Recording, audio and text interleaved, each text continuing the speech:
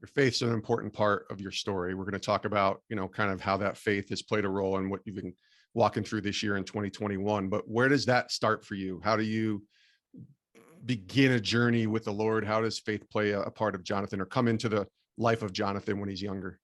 Yeah, I didn't grow up in the church actually. So I grew up pretty secular. And I really even wasn't even thinking about it until I was probably in my early to mid 20s. I met a coworker who was a believer and we became really good friends. And he kind of introduced me to the faith and the church. And then there was like a slow process of about a year or two of me kind of going from over here all the way to over here in terms of becoming a believer. And I would say I probably became a Christian about like 24, 25. And Was then that a hard time for you? Like just trying to figure out and make that decision? Cause you say it was a gradual process. It was for me as well. And I think I was yeah, 27 when I started my journey. So I kind of was like you, grew up kind of in a secular world and really didn't have religion or faith or anything like that. yeah, I think so. I mean, I think I was always kind of looking for something, looking for something. I think in the back of my mind, I mean, obviously easy to say in hindsight now, but in the back of my mind, it just seemed like there was something missing. I was never really happy. I never felt like the world could offer me what I always knew I wanted more. I didn't quite know what that was. And so I was just always looking for stuff. And then meeting my friend and just seeing the way he lived his life, it was appealing to me. Mm. For me, the big hurdle was just like actual belief was like, I got the idea of, oh, here's a good way to live your life. But for me, the hurdle was actually believing in God. And once that was really the hurdle. Once I got that, then the other stuff came from there. Hmm. How did the job with the Ringer come about? So that was I came on, they were obviously were from Grantland, Yes. most of those guys. They start their own thing. And I was part of the initial one of writers they brought on. We were a startup in 2016. So that was like 5-6 years ago now. And Yeah. so I was they still were just there. they hired a bunch of younger writers, and I was one of the ones they hired when they started. Nice. That's cool. It's such a cool job that you have. And Jonathan, it's interesting because it wasn't until May 20th when I saw your article on the Ringer that had nothing to do with the MBA, called The Long Night of the Soul, a story of facing fear, confronting mortality, and turning to faith. And when I read that, it kind of surprised me a little bit to read that on the Ringer, but I also Mm-hmm. understood how poignant and personal it was. I want to talk about that article in a second, but first, kind of take us back to maybe March or April of this year, and all that you were going through that led up to, I think it was April 16th when you got your Yeah. diagnosis. Yeah. So I got COVID this year or early this year and had like a 2 weeks where it was pretty tough, but I just never got better after that. And the doctors didn't really understand why. And I was kept getting worse and worse, and they really didn't know what to do. So and not that this doesn't, I'm sure you've heard of this like long COVID, Yeah, post COVID syndrome. And sure. they're like, well, I guess you have this because we don't understand why you're so sick. And so for like 2 months, they're just thinking I have long COVID basically, and they have no real way to treat it. And I'm just getting worse and worse till eventually they just start really kind of thinking outside the box in terms of possible diagnoses. I ended up going to the ER 3 times before they figured out that I actually had a super rare form of cancer. It's Hmm. called a Ewing's like sarcoma. And now I've talked to someone else who had the same thing happen. And I think it's happened somewhat regular this year, where anyone who has a really rare disease, which they wouldn't normally think you would have, they're just kind of like, oh, it's probably COVID related. So Hmm. it's like this big bucket, like, you must have something to do with COVID. But I actually have this crazy rare type of cancer. And it took them a long time to figure out to be like, well, actually, it's this. Hmm. Take me to that day when you find out, April 16th. Obviously, you're a young dude. I don't know how old you are, but I'm guessing you're about 33. 32, 33 was what I was going to Yeah. guess. So you're 33 years old and you find out this diagnosis, but you actually wrote about it in your article that it was a day of relief in some way. Yeah, because like the weirdest thing when you're sick is when they don't know and they don't know what to do. That's really frustrating and scary. It's like, why am I getting sick? Like we don't even, and there no one knows what to do and how to treat you. And you just get worse. And you're just like, I need an answer. So I was diagnosed with cancer, and it was a relief at first, but then as I got into it, it just became like, it was just so shocking because no one expects to die of like long COVID or whatever. So Right. I'm always thinking, well, at some point we'll get this figured out and I'll go about my life and whatever. But with the cancer diagnosis, and because it's a pretty rare and very aggressive kind of cancer, it's like, oh no, actually, you've been diagnosed with this. We do have some things to treat it, but the numbers say like you're probably going to die in the near future. Is And that was just, I mean, it took a, like, I think I wrote this article. I got diagnosed in like April. The article came out like a month or two later, and that in between was just a lot of processing, because it's like, oh, I actually could die. And like I talk about in the article, I mean, I'm just not thinking that's even a possibility. Like, you don't go through your life in your early 30s thinking, and you're in perfect health, that death is even a possibility. Yeah. And then you wrote that article. That's where I saw your story. I'm sure that's where a lot of people saw your story. A lot of people read and listen and consume content from the Ringer. What prompted you to write the article, and to kind of share that with the world, and even the approach to maybe your editors or some of the people that are above you to come with this story? Because like I said, it's not an MBA story or a typical, Hmm. story that you're covering or writing. This is a very personal story and a very vulnerable and sort of transparent story that you share. Yeah, I mean, the main thing was just the opportunity to talk about the gospel and the setting of the Ringer. If honestly, if I wasn't a believer, I'm not sure I'd written it, because Mm, it was very mentally exhausting to get to that place to work on something like that. But it was like, okay, this is important because I can use this. I mean, in the article, I'm quoting the Bible and stuff. That's not something you'd normally do, obviously. So, right. like, to Yeah. me, I'm like, this is an opportunity to talk about it. And like, and it's for me, it's the whole time, the ability to talk about the gospel through this is some consolation for what I'm going through. It's like, okay, this is a really negative thing that's happened to me and my family, but I'm going to use my faith to get through it. And I'm going to talk about it because, okay, that I feel like is why someone like me, I had the position I have in the first place, is to talk about my faith and talk about the gospel on some level. So it almost be like, trying to think of the analogy here. It's like, I had this opportunity. I'd be foolish to turn it down. It's like, Hmm. obviously I have the window to say something different, and I can use it or not, but I might as well do it, because at least that brings something out of this really negative situation that's positive. Well, first of all, kudos to you, but also to the Ringer for letting you write something like that, because Yeah, that's, we're very open about faith here on Sports Spectrum, and that's what our niche is, and that's what we do.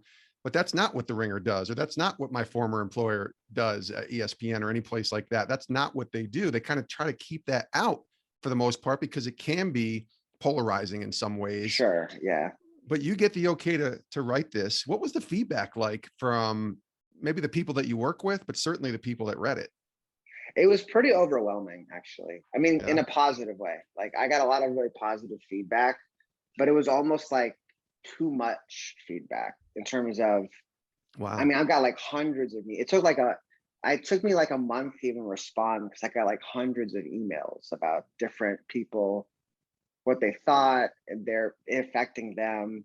And it was like overwhelmingly positive, but it's still just kind of a lot, because all of a sudden, just because, oh, I have this massive spotlight on me that you're not really used to Yeah. normally. Even though at my position there's some kind of spotlight on me, it just became much, much bigger.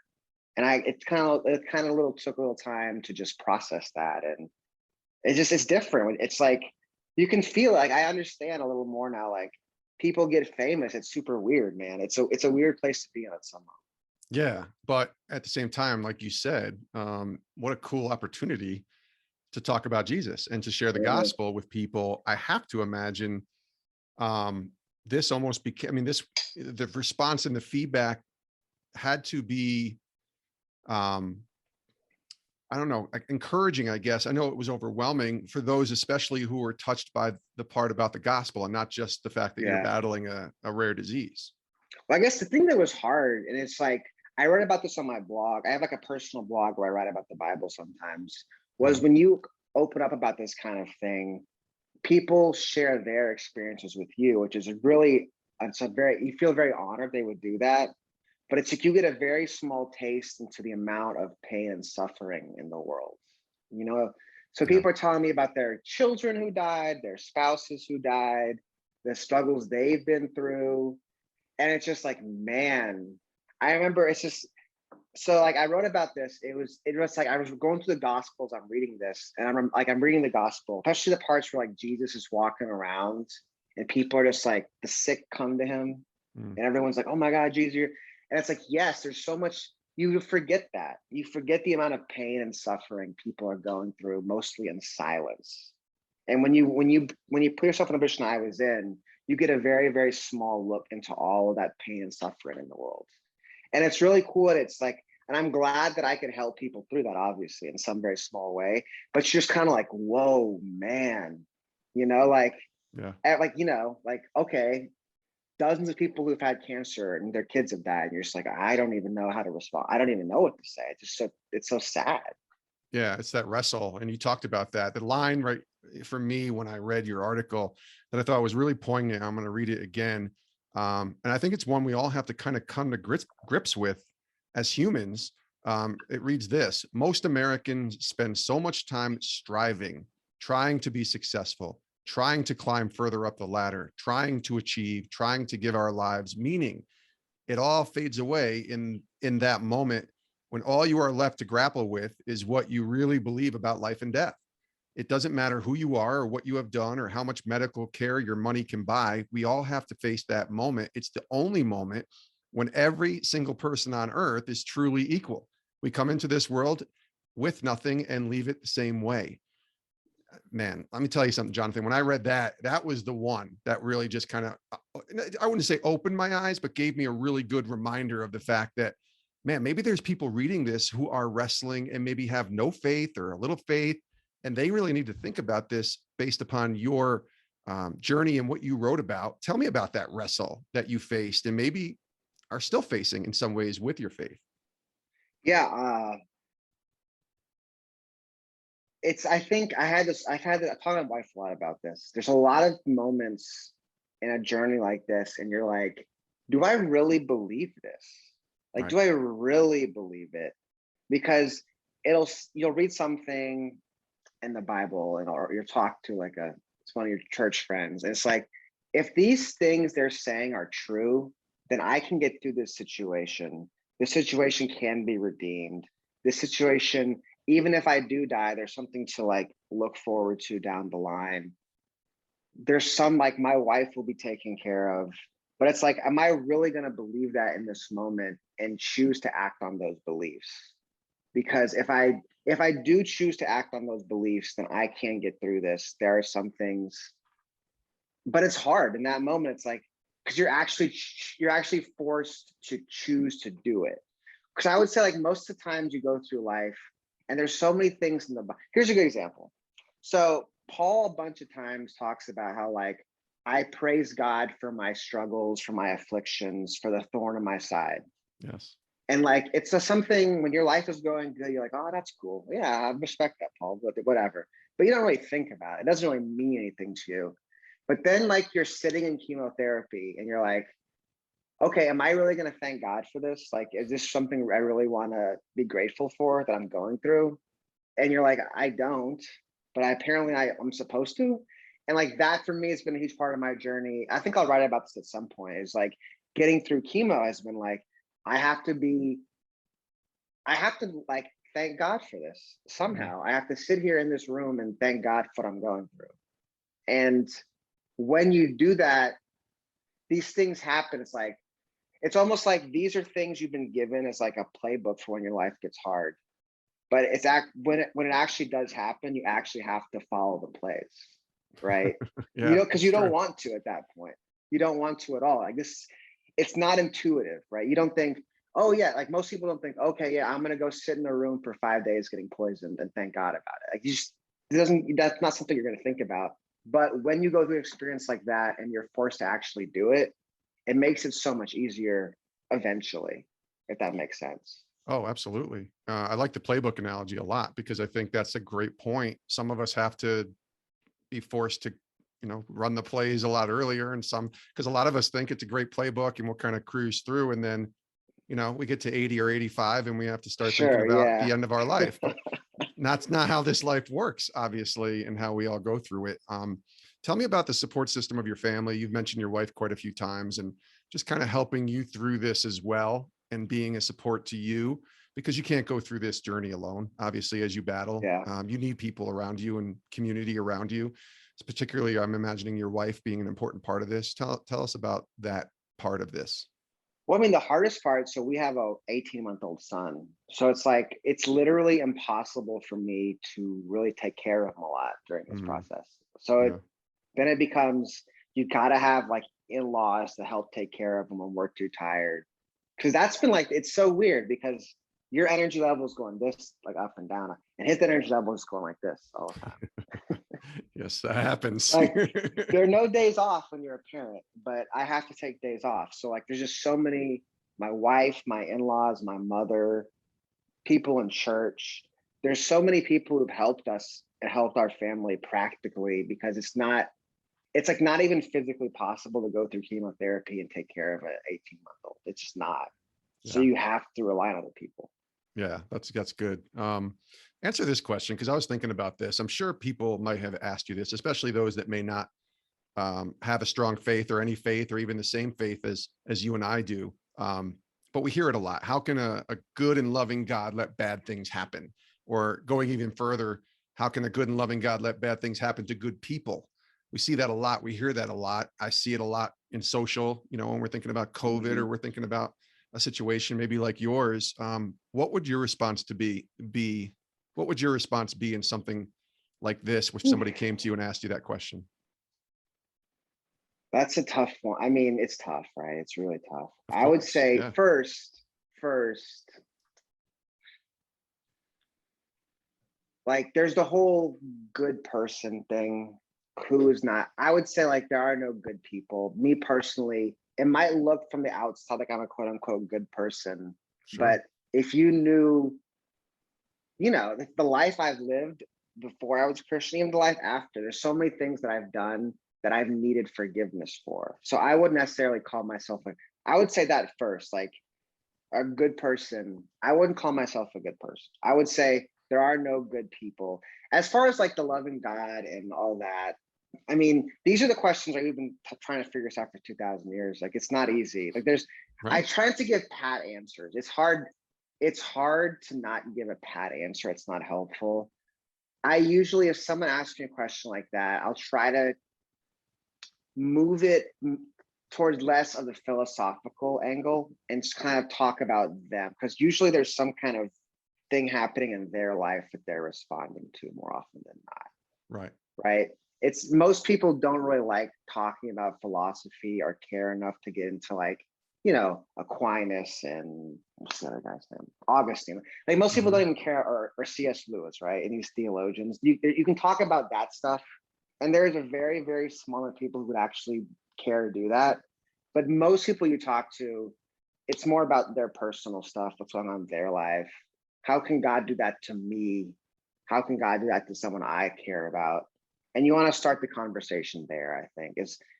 You I think it's especially as earlier in my faith, I feel like for sure you kind of want to talk about philosophy. It's like this is personal more often than not. Like ground the conversation, and you want to have care for it. Right? You don't want to give some pat flip answer. Oh, God has a plan. Da, da, da, da. It's like that's not helpful at all more often Yeah. than not. So it's like, what's going on in your life? Where are you coming from? That's where I usually try to go with that line of thought. No, I think that's smart. I think that's a really good way, because like you said, if you start trying to drop any kind of like apologetics or theological um, whatever it is, background that you might have as far as the research you've done or whatever, it's like, yeah, that's not being relatable to people who just want to know why things that happen are sometimes bad.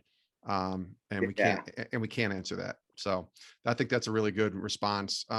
What have you learned from God during all this as you've gone through this, especially this year? What's he taught you? What's he shown you? It's a good question.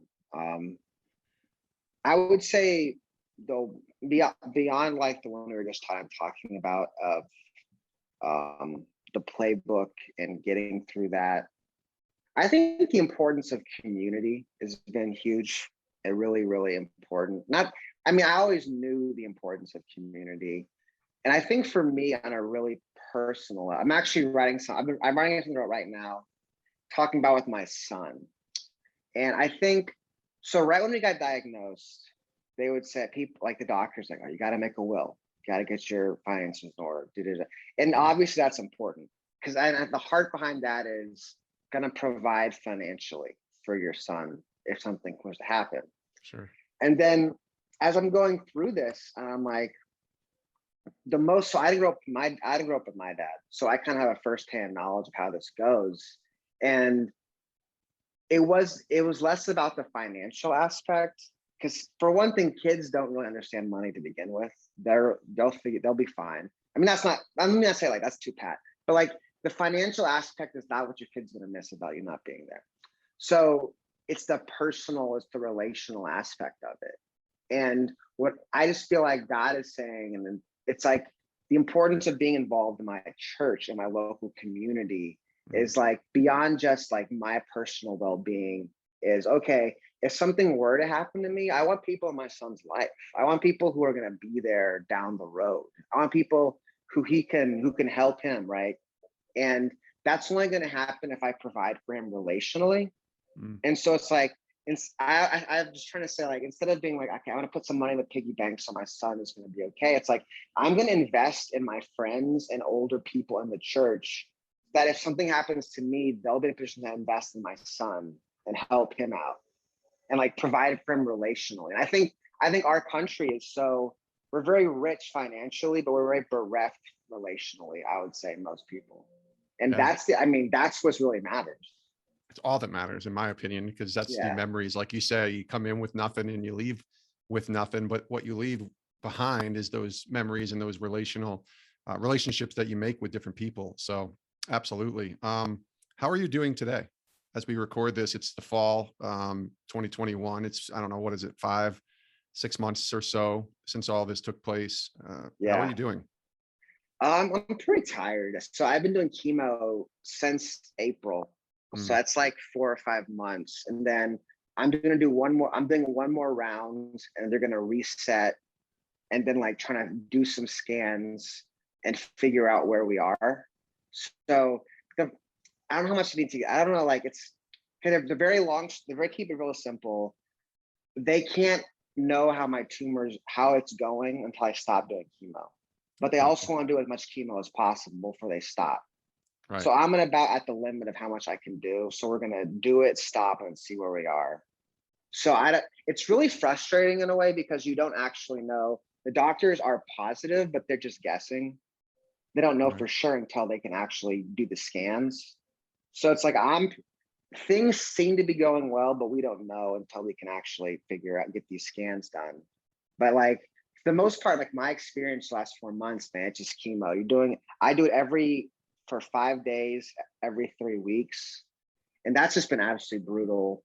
Mm. And I've learned how to get through it, but there's also this kind of a cumulative effect of your body is being tired all the time. And I'm kind of at the end of that. Yeah.